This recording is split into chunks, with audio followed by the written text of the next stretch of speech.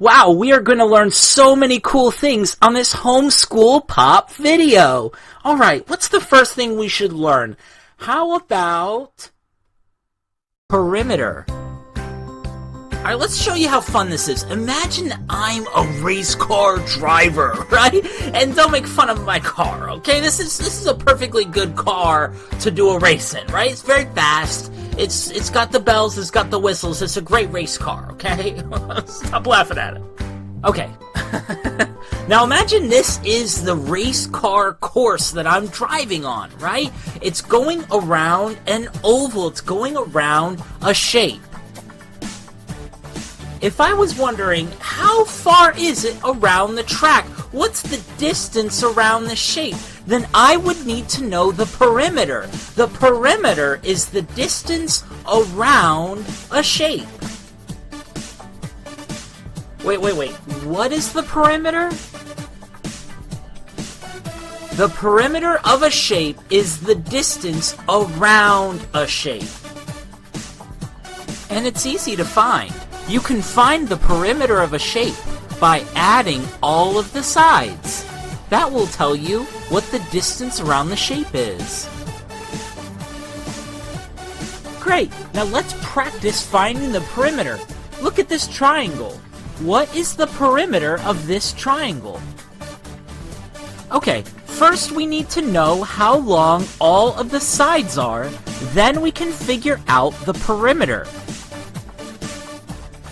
With this triangle, all three sides are the same length.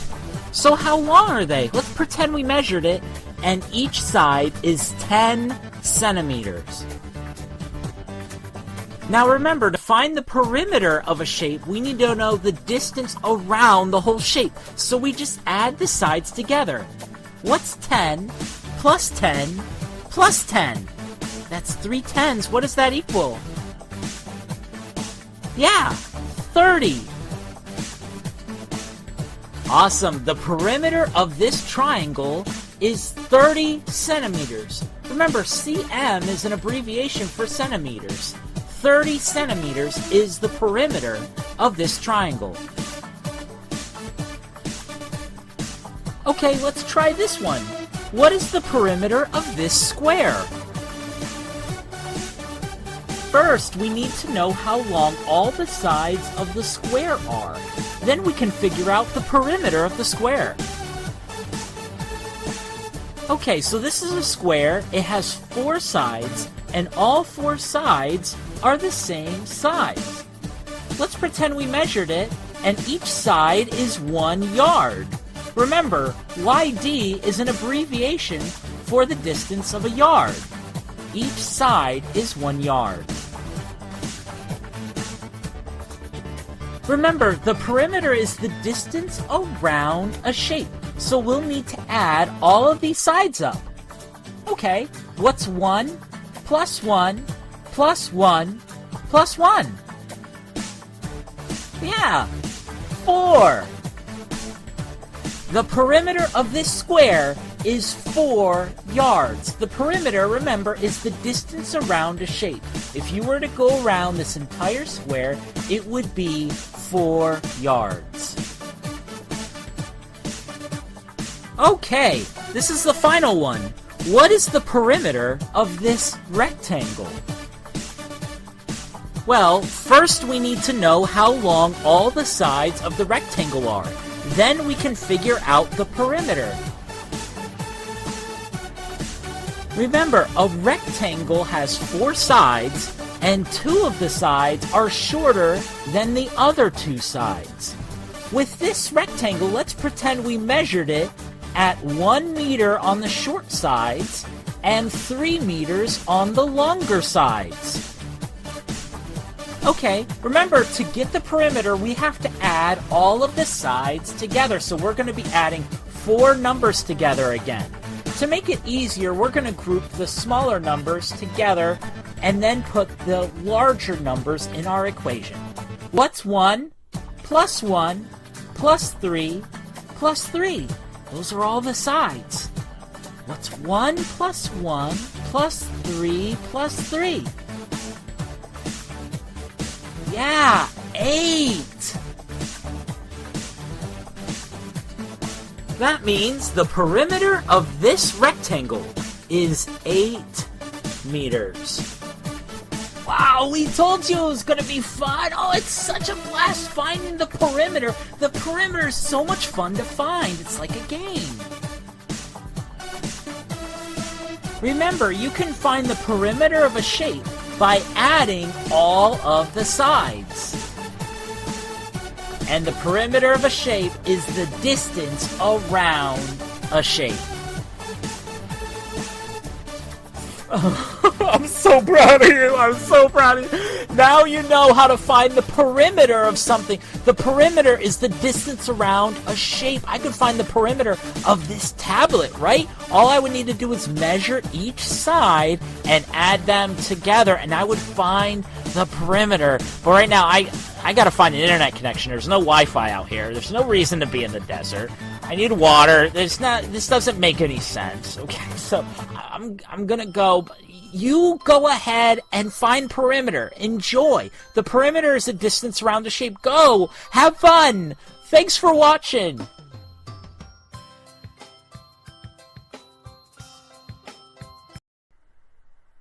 We are so happy to have you with us. I mean, you are so awesome. You really are. Oh, you like my poster? Yeah. Mr. Whiskers poster, you know? It's pretty cool. Pretty cool, you know? It's a pretty cool poster. Pretty cool cat, too. I wonder what he would like to learn about next. If he would learn from one of our videos, what would he like to learn next? How about... Let's learn about... fractions. Fractions are so awesome and so much fun. Many of you think so too. A couple of weeks ago, we set up a poll on our channel, and many of you voted for fractions as our next math video. That's really awesome. Thanks everyone for voting, and don't worry, we'll make the other 2 videos too later on, but this is all about fractions. Alright, well let's start here. What is a fraction? When we say the word fraction, what do we mean? What is a fraction? Well, a fraction is something that shows parts of a whole. Let's say there's this lady named Cindy. Cindy has a pizza, which is great. She loves pizza, so yummy pizza. But then her friend Chomsky arrives. You remember Chomsky? Chomsky likes pizza too, and he's a little bit hungry. So maybe Cindy isn't gonna eat the whole pizza now. Maybe they're gonna split it. What do you think? So they split the pizza in half. Each of them get 1/2 of the pizza. Isn't that neat? Then everyone has pizza. Each of them have 1/2 of the pizza. They split it right down the middle. Now remember, a fraction is something that shows parts of a whole. So here is what the fraction looks like. A 1, a line, and a 2. That is the fraction 1/2. Each of them, Cindy and Chomsky, get 1/2 of the pizza. So this is 1/2. It's a very important fraction because we use it all the time. Now you might be wondering, what do the numbers mean and how does it show 1/2? Well, the bottom number shows the total number of parts. The top number shows how many parts we are talking about. Pretty simple. Let's go back to our example.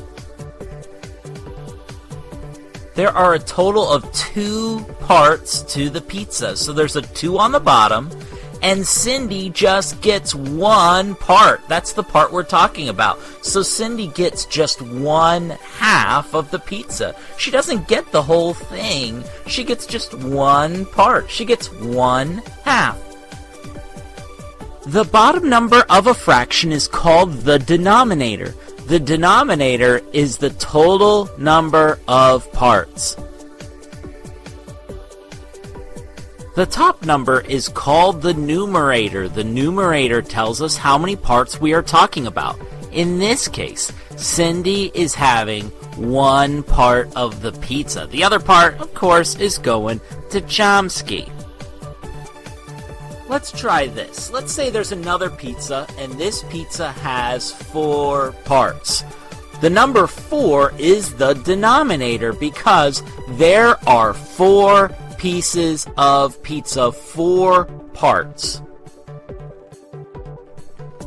Let's say Kelly shows up and wants to have one part of the pizza, one piece of the pizza. The numerator, or the top number of the fraction, is the number 1 because Kelly is having one part or one piece of the pizza. Kelly is having 1/4 of the pizza. Pretty simple, pretty fun. Fractions are awesome. Now we're going to need your help. Help us figure out, what fraction is it? What fraction is it? Wow, we're going to have a great time. Let's say we have a group of 5 sports balls. One is a basketball. The other 4 are soccer balls.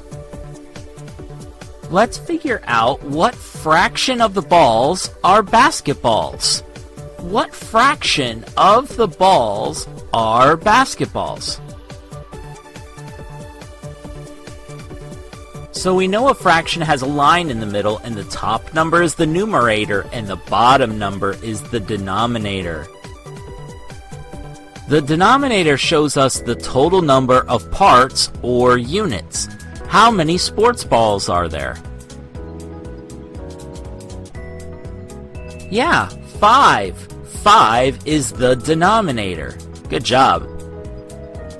Now remember, we're asking for the fraction of sports balls that are basketballs. So how many basketballs are there? Yeah, just 1. The number 1 is the numerator. So 1/5 of the sports balls are basketballs. 1/5. Great job. Let's try this final example. Let's say there are 5 pets. 5 pets! 2 of them are dogs, and 3 of them are cats. What fraction of the pets are cats? That's a good question. What fraction of the pets are cats? Remember, here's what a fraction looks like. It's got a line in the middle, with the top number being the numerator, and the bottom number is the denominator. So, the total number of pets is 5. What number is the denominator? What number goes on the bottom? Yeah, 5. 5 is the denominator. It tells us the total number of pets. Remember, we're asking for the fraction of the pets that are cats. How many cats are there? Yeah, 3. So what's the numerator? Yeah, 3. 3 is the numerator. 3/5 of the pets are cats. Wow, that was so cool! But none of those cats are as special to me as you, Mr. Whiskers. Not even a fraction of my heart belongs to you. My whole heart. I love you, Mr. Whiskers. I do. I do. A fraction is something that shows parts of a whole. The top number of a fraction is the numerator, how many parts we are talking about. And the bottom number of a fraction is the denominator, the total number of parts.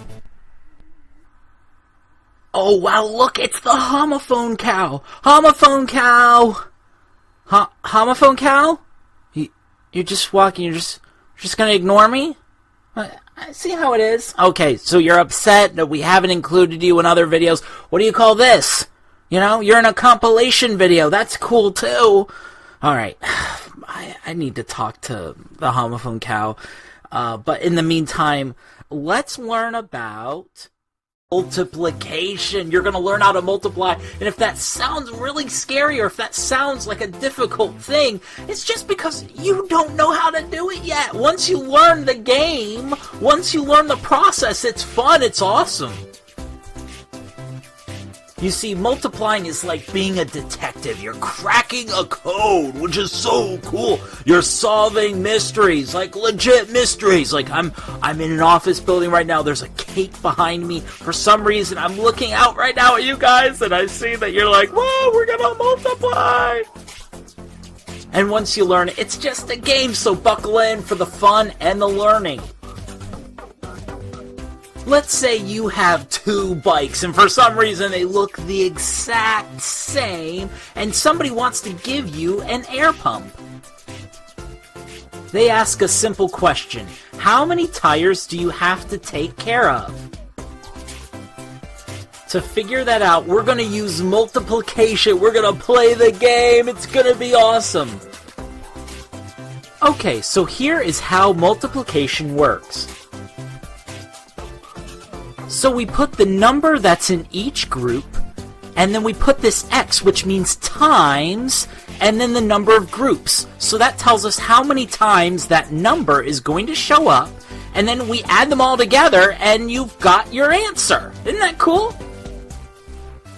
And just a side note, to work, there has to be the same number in each group. Now remember, we're trying to figure out how many tires you have to take care of if you have 2 bicycles. Alright, now we have the wheels under each bike. Each bike has 2 wheels. 1, 2. So we write down a 2. Each bike has 2 wheels.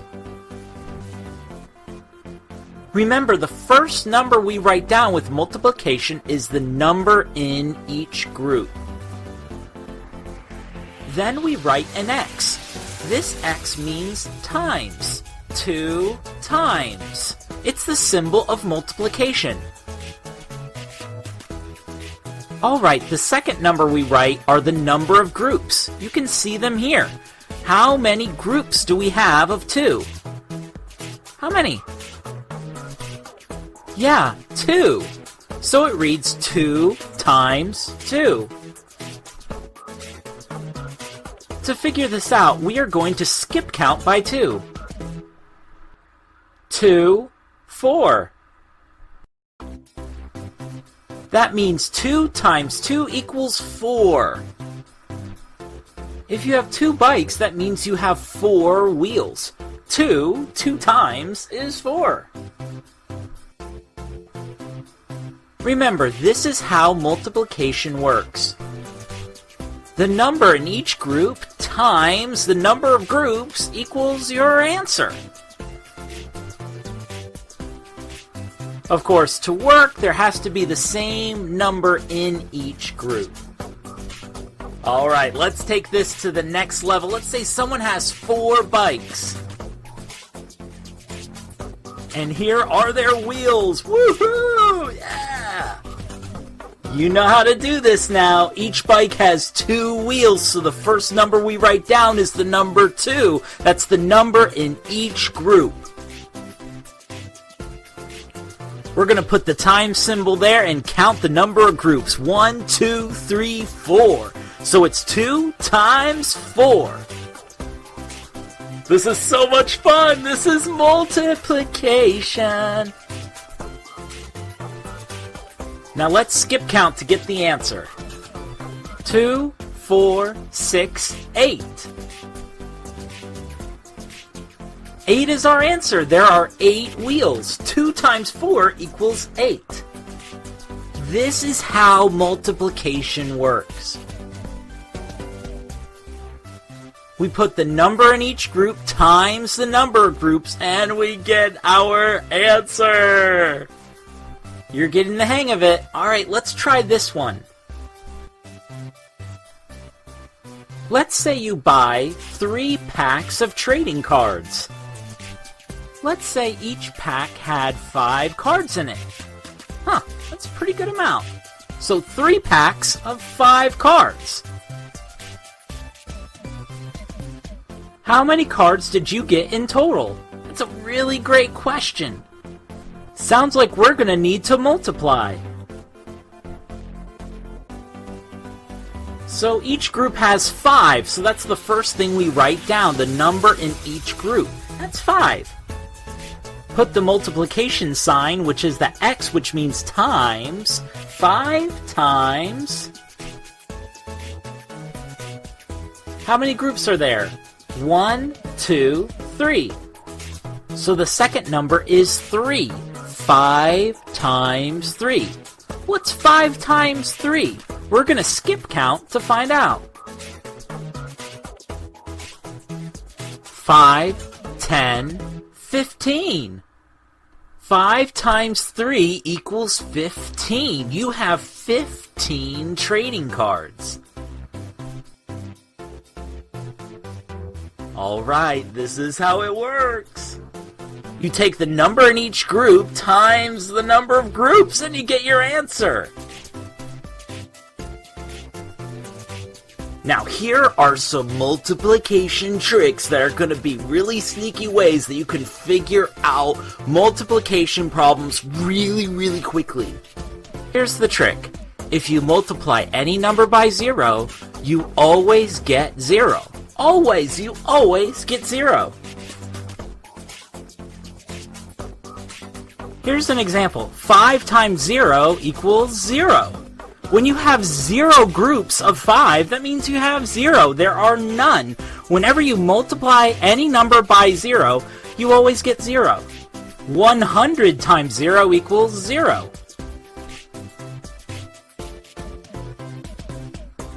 Even if 0 is the first number in the equation, you still always get 0 when you multiply by any number. For example, 0 times 11 equals 0. And 0 times 1000 equals 0. If you multiply any number by 0, you always get 0. Oh, this has been so much fun. Here is the next trick. If you multiply any number by 1, it stays the same. Look at these. 7 times 1 equals 7. 100 times 1 equals 100. 33 times 1 equals 33. If you flip them, the answer stays the same. 1 times 7 equals 7. 1 times 100 equals 100. 1 times 33 equals 33. Honestly, the order of the multiplied numbers does not change the answer. If you were to flip the number of groups and the number in each group, you would still get the same answer. Though we still recommend this way. So simple. The number in each group times the number of groups to get your answer. So the two tricks have been, if you multiply any number by 0, you always get 0. And if you multiply any number by 1, it stays the same. The final multiplication trick is to use multiplication tables. They come in all shapes and sizes, but they are all helpful, especially as you're first learning how to multiply. Here are some examples of multiplication tables. There's a table for all of the numbers from 1 to 10. Some kids memorize tables like these so that they'll know right off the bat, in a moment, what an answer could be for certain multiplication problems. This is how multiplication works. The number in each group times the number of groups gives us our answer. Oh, this is such a heavy cart. Oh my goodness. Oh, it's hard work. You know, a lot of times learning can be hard work too, but we hope that these videos are really helpful and make learning fun so that learning isn't hard like pushing this cart. Oh my goodness. Alright, what's the next thing we should learn about? Let's learn about three-dimensional shapes. This is going to be awesome. Love the 3D shapes. A lot of people know the 2D shapes. You might not know the 3D shapes. You're in the right place. Before we get started, let me just dance here real quick. This is really cool music. I really like this. You know, I like to dance. You know, some people, they're not dancers. You know, I dance. I dabble in dancing. You know? Alright, that's enough. Can somebody turn that music off? I mean, seriously, I can't teach like this. I can't teach with this music going on. You know, I feel like I'm in a candy shop. Let's turn the music off, please. Thanks. So here they are, our old friends, the 2D shapes. You're familiar with these, you know? You're familiar with the circle, the oval, the triangle, the pentagon, the trapezoid, the hexagon, the square, the rectangle, the parallelogram, and the octagon. And these aren't all our shapes, our 2D shapes, you know, but these are old family friends of ours. We don't want to just forget about these. And before we look at 3D shapes, it's really important for us to look at these shapes again because these are old friends. So we're going to look at each one of these one by one just to make sure you know who they are before we learn all these new shapes. This first shape doesn't even need an introduction. It's the circle, that round figure. It's awesome. We love this shape. It's one of the first ones we ever learn, the circle. This next shape is one of the stretchy shapes, the oval. It's like a circle got stretched out. It's elongated. It's a tremendous shape, the oval. Here's another familiar shape, the triangle, 3 sides. We love the triangle. The triangle is great. The 3-sided friend, 3 sides, a triangle. Wait, I keep saying we love the shapes. I mean, we like the shapes, but do you love the shapes? Do I love the shapes? I mean, I don't know. Maybe I need to take it easy here. Alright, let's keep going. The square. 4 sides, all equal. You know, the square's good. The square's a good shape, you know? Sometimes you just need a square. Sometimes you just need a square. Here's the rectangle. The rectangle is longer than the square because not all 4 sides are equal. The rectangle. I know. We're in the middle of something here, but I have to share this, okay? So, what do you call a hamster with a top hat? Abrahamster Lincoln. I digress. The trapezoid, a cool shape with 2 of the sides being parallel to each other, and the parallelogram, another 4-sided shape. Both pairs of sides are parallel to each other. And finally, the pentagon with 5 sides, the hexagon with 6 sides, and the octagon with 8 sides. What awesome shapes! So, let's go ahead and do a quick 2D shape quiz. I need your help. I want to see if you really learned these, if you really know these before we get into the 3D shapes. So, help me out here. We're going to have an awesome time. Wait, what? It's not my birthday? Oh, well. What type of shape is on the top? Yeah, a circle. What type of shape is in the middle? A square! Awesome! Okay, now, what shape is on the bottom? Of course! A triangle! Awesome job! Now we've got more. This is a little trickier. Which shape is in the middle?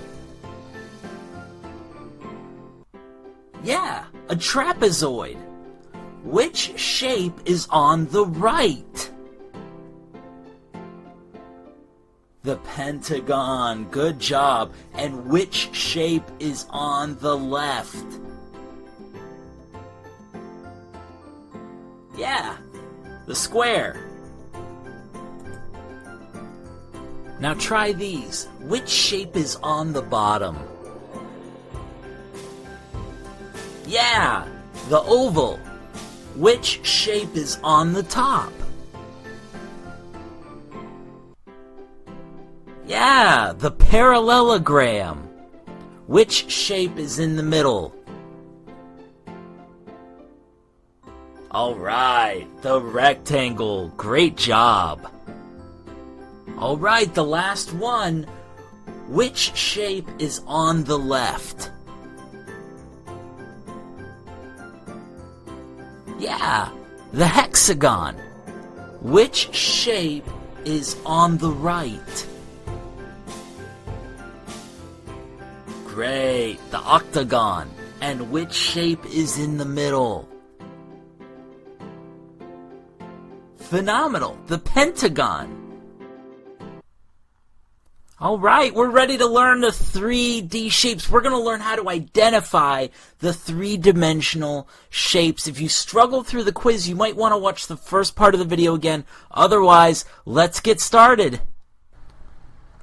So as we're starting out, it's important to remember what makes a 3D shape a 3D shape.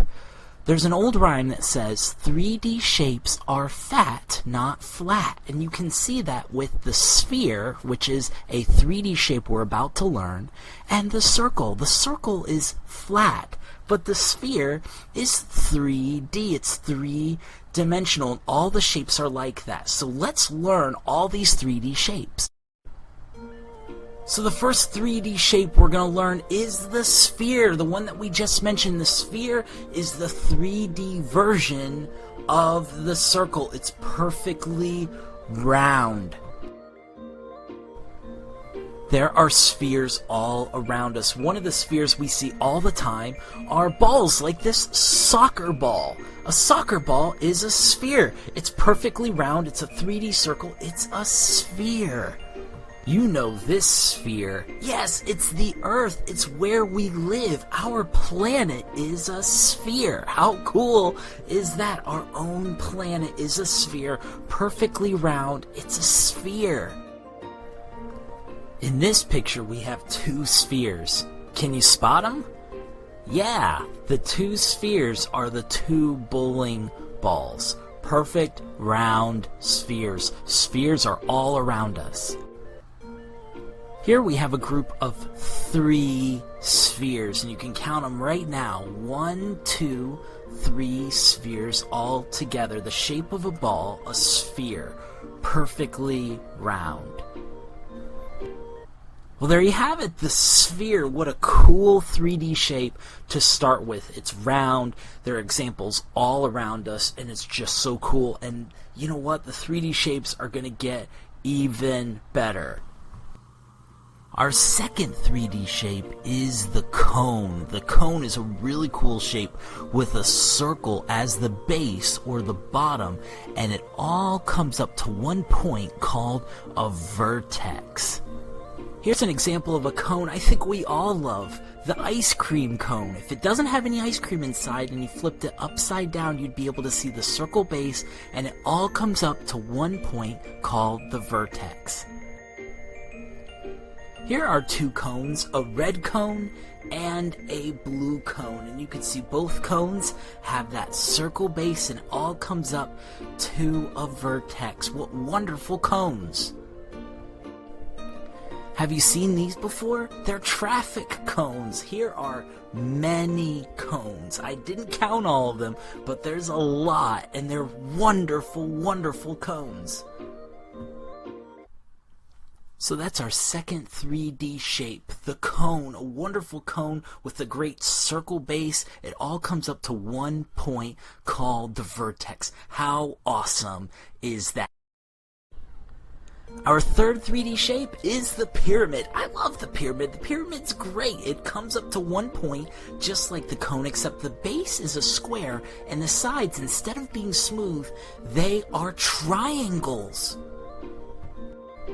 Okay, like, these are awesome! These are so cool. The pyramids of Egypt, you see that they have the triangle sides, and the bottoms of these pyramids are square. They're awesome examples of the pyramid. This is a pretty cool pyramid. It's a decoration that you plug into the wall, but it's a great example of what a pyramid looks like. The bottom or the base is square, and there's the triangles on the sides. How cool is this? Here's another pyramid, and it's made of glass. There are so many decorations and things around, maybe even your house, that are shaped like a pyramid, because pyramids look so cool. People love putting them everywhere. There you go. I mean, the pyramid, it's a good shape. You see a lot of them around. They've got the square bottom or base, and the triangles on the sides, and all goes up to a vertex. It's a classic shape. It's pretty awesome. Our fourth 3D shape is the cylinder. Now, a cylinder is easy to spot because it's got a circle on the top and a circle on the bottom, and it's smooth all around.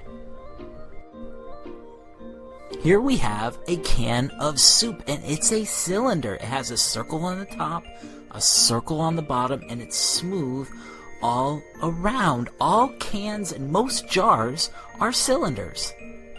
Here we have 3 cylinders. They're candles. And can I tell you a secret? Most candles are cylinders too, right? Oh my goodness, this is just too crazy and too awesome. Here are 2 more cylinders. Are you kidding me? Are you kidding me? Even batteries are cylinders? Cylinders are seriously everywhere. A circle on the top, a circle on the bottom, and smooth all around. I mean, really, the cylinder is everywhere. I mean, the circle on the top, circle on the bottom, smooth all around. Cylinder, like, what in the world? Do you have to be everywhere, okay? The next 3D shape is the cube. The cube is the 3D version of the square. It has 6 sides or faces that are all squares. Here we have 2 dice. Dice are in the shape of a cube. So these 2 dice are 2 cubes. They have 6 sides or faces that are all squares. Here we have many cubes. These are cubes that are made out of wood. Each of them have 6 sides or faces that are all squares. Here are 7 cubes of ice. Have you ever had a warm drink and you need to put ice in it? It's awesome because it has this great shape, the shape of a cube. 6 sides or faces, all squares. I mean, there you go. The cube, right? The 3D version of a square, and it's got squares all along the sides, right? There's 6 sides or faces, all squares, and I don't know. I think it's a pretty cool shape. Our final 3D shape is the rectangular prism. The rectangular prism is the 3D version of the rectangle. It has 6 sides or faces that are all rectangles. Okay, an awesome example of the rectangular prism are bricks. And here we have 4 bricks, which are 4 rectangular prisms, the 3D version of the rectangle. You may have seen this in your classroom or in your home. It's a Kleenex box, and the Kleenex box is a great example of the rectangular prism. It's got 6 sides or faces that are all rectangles. Okay, so the secret is most boxes are rectangular prisms. So here's another rectangular prism, and it's a box, and it's a shorter box, but it still has rectangles all around, and it's a rectangular prism. What else can we say? It's a cool shape. The rectangular prism is the 3D version of the rectangle. It has 6 sides or faces that are all rectangles, and it's just a neat shape to have around, I think. I mean, you know, it's cool. So let's review.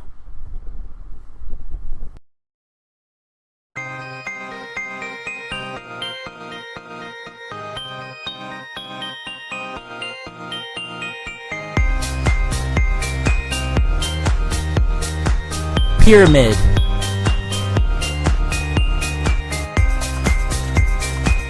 Cylinders.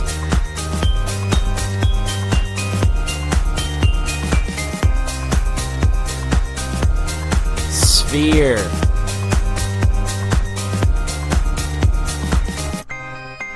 Cylinder.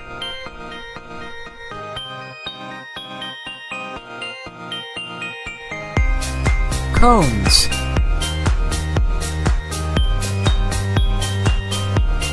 Pyramid.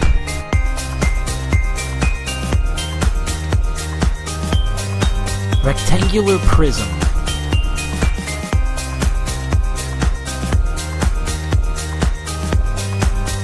Spheres. Let's do some more. On the top here we have cubes. We can tell that because it's the 3D square. It has 6 sides or faces. Each of them are squares. It's pretty cool. Do you remember what shape these bricks are?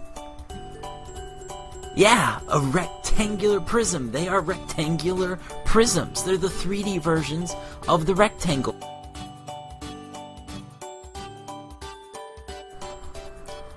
At the top we have a cone. A cone. It's got a circle base on the bottom, and it all comes up to one point called a vertex. Do you remember the shape here on the bottom? These are 3 cylinders. They have a circle on the top and a circle on the bottom, and it's smooth all around. You're doing such an awesome job. Seriously, it's so cool. So what's this top shape? Do you remember? Yeah, it's a pyramid. A pyramid. A pyramid has a square base. It comes up to one vertex or one point, and it has triangles as the sides.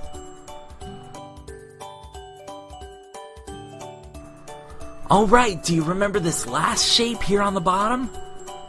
Yes, it's the sphere, which is the 3D circle, and we started with it, and we're ending with it, and it's so awesome!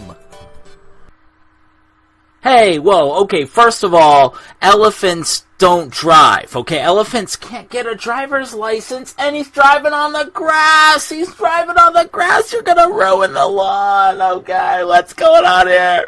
Alright, this is out of hand. Okay. Elephant, I don't want to tell you what you can do and what you can't do, but you can't drive, alright?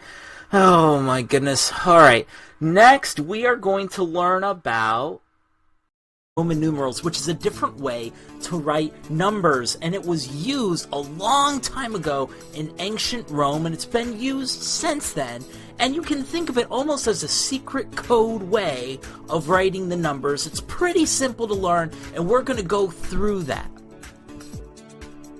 The first Roman numeral we're going to learn is the Roman numeral I, and I is 1. I equals 1. So if you see an I with a Roman numeral, it's 1. The letter V is the Roman numeral that means 5. And the letter X is the Roman numeral that means 10. So when you think 1, it's an I. If you think 5, it's a V. And if you think 10, it's an X. So that's it. Just those 3. I, it almost looks like a 1. That's how you can remember that I is a 1. I is the Roman numeral for 1. A V is in the number 5 when you spell it out. The number 5, you see that right there? It has a V in it. So when you think of V, you know, oh, you know what? There's a V in the spelled out number 5. So V has to be 5. Now, 10 is X, and we can't think of anything that could remind us of that. So there is no memorization thing. Just when you see the X, it's 10, and that's just what we're going to have to do. Okay, one last time here. I just want to make sure you get it. There's only 3. I is the Roman numeral for 1. V is the Roman numeral for 5. And X is the Roman numeral for 10. And you gotta understand that so that we can start playing kind of a game of putting them together and making numbers other than just 1, 5, and 10. So let's get started. So let's practice putting these Roman numerals together. What number do you think this is?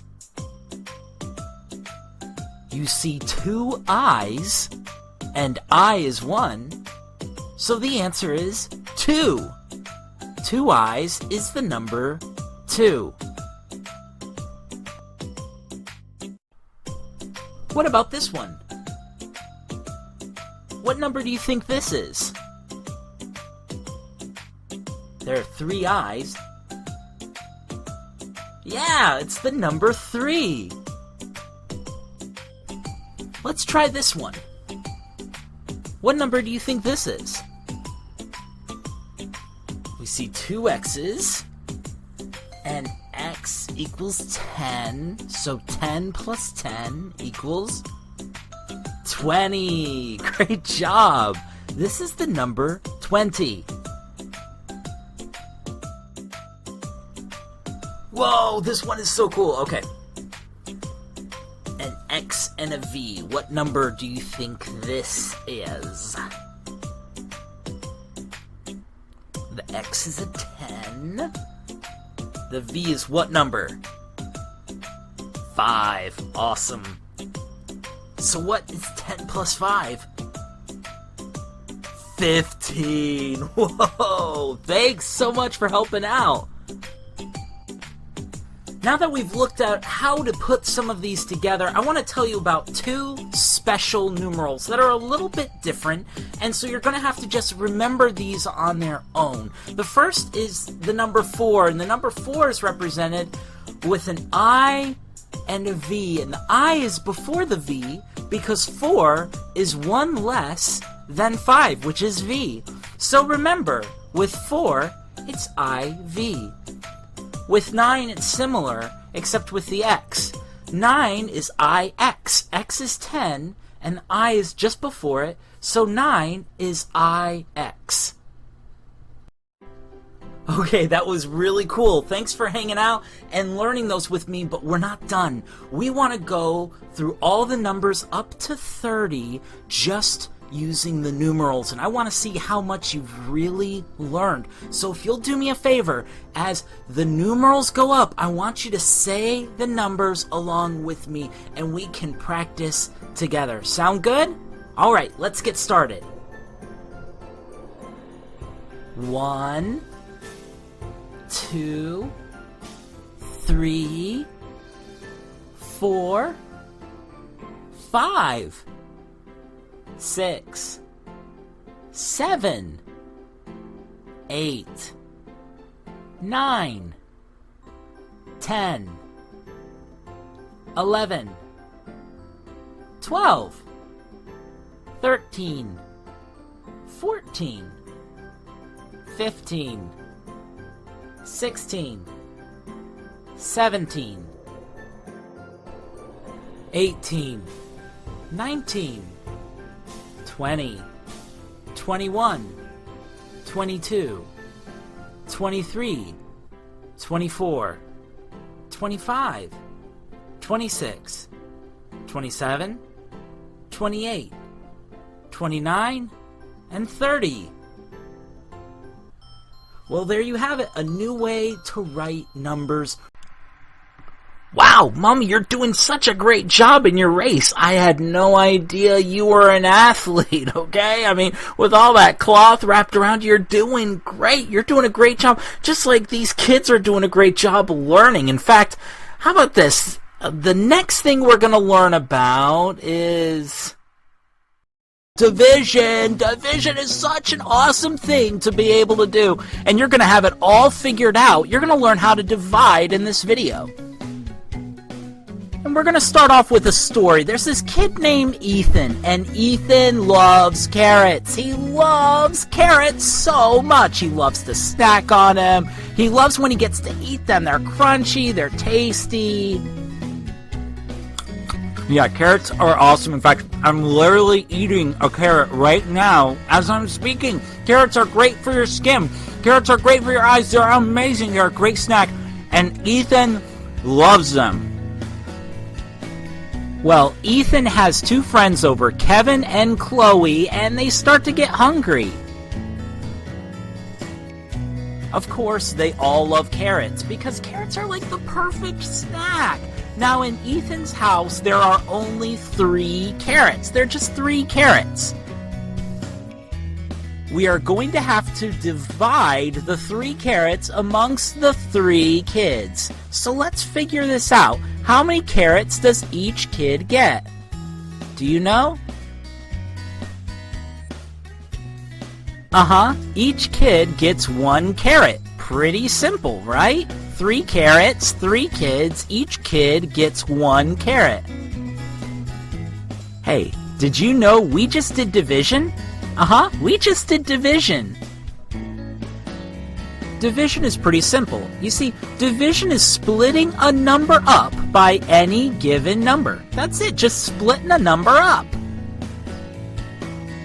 Let's look at our story again. There were 3 carrots, and we divided those 3 carrots by 3 because there are 3 people, right? The 3 kids that love carrots. And the answer of how many carrots each kid gets is 1. 3 divided by 3 equals 1. Notice right here is the division sign. This is what it looks like. When you see that sign, you could just say divided by. So this reads 3 divided by 3 equals 1. Let's try another example of division. Let's say there are 8 presents. 8 presents, and there are 4 women, and we want each of the women to get the same amount of presents as the other women because we want it to be fair. Notice the division sign. We are going to divide or split up 8 by 4. Remember, to divide is to split up. Let's split these presents up into 4 equal groups. 1, 2, 3, 4. Alright, how many presents does each woman get? 2. Each woman gets 2 presents. Isn't that cool? Division is so much fun and it's so easy. Remember, division is splitting a number up by any given number. That's it. Alright, now it's time for division facts. We're going to learn some pretty interesting facts about division, and you're going to be like, what? Oh my goodness! Like secrets. This is super cool, okay? So just look around, alright? Make sure, alright, so coast clear? Alright, it's time for division facts. The first fact is this. You can never divide by 0. It's true, you can never divide by 0, even if you're a rule breaker and you're like, I'm gonna do whatever I want. You still can never divide by 0. In fact, if a teacher ever gives you a test and you see a problem where you have to divide a number by 0, just write on the test, undefined.